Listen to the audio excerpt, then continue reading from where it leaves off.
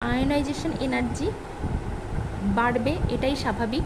আর atomic radius কমবে, এটাও স্বাভাবিক। আমরা এটাও একসঙ্গে কিন্তু পড়তে থাকবো, তাহলে কি আমাদের মাথা খুব ভালোভাবে জিনিসটাকে রিলেট করতে। এটা হচ্ছে 1s1, এটা হচ্ছে 1s2, 1s2, এটা ফুলফিল স্ট্রাকচার, সেই জন্যে কিন্তু এটা অটোমেটিক্যালি এই নর্মাল ট্রেনটাই ফলো হয়।